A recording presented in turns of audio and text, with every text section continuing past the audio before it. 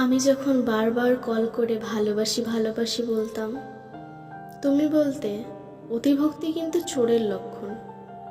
তাই আমি অতিরিক্ত কথা বলা বন্ধ করলাম। আমি যখন কথা বলতে চাইতাম, সময় দিতে বলতাম, তুমি বলতে সময়ের দাম দিতে শেখো। তাই আবেগ কন্ট্রোল করে সময়ের দাম দিতে শিখে নিলাম। আমি যখন তোমার একটা কল বা মেসেজের জন্য দীর্ঘ অপেক্ষা করতাম, তুমি বলতে বেশি আশা ভালো না। তাই আমি আশা করা ছেড়ে দিয়ে অপেক্ষা করতে ভুলে গেলাম।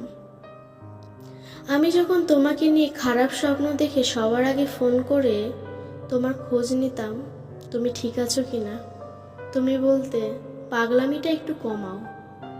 তাই নিজেকে সুস্থ মস্তিষ্কের মানুষ হিসেবে গড়ে তুললাম। আমি যখন না খেয়ে অপেক্ষা করতাম এটা জানার জন্য তুমি খেয়েছো কিনা, তুমি বলতে এত ন্যাকামি ভাল লাগে না। তাই ন্যাকামি করা ছেড়ে নিজের মতামতকে গুরুত্ব দিতে শিখে নিলাম। আমি যখন মন খারাপ করতাম তোমার অবহেলায়, তুমি বলতে এত দুর্বল কেন তুমি। তাই মন খারাপ ছেড়ে নিজেকে শক্ত করে নিলাম।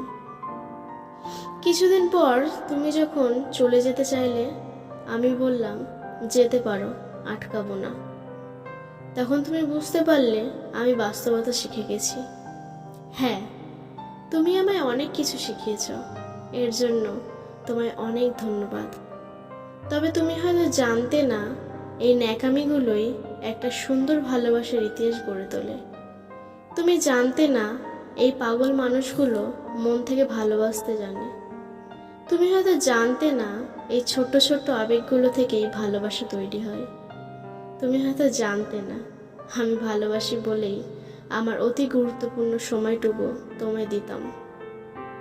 আজ আমিও একটা জিনিস তোমাকে শেখালাম, সময় থাকতে মূল্য দিতে শেখো। কারণ অতিরিক্ত অভিমান নিয়ে যারা হারিয়ে যায়, তারা কখনো ফিরে আসে না।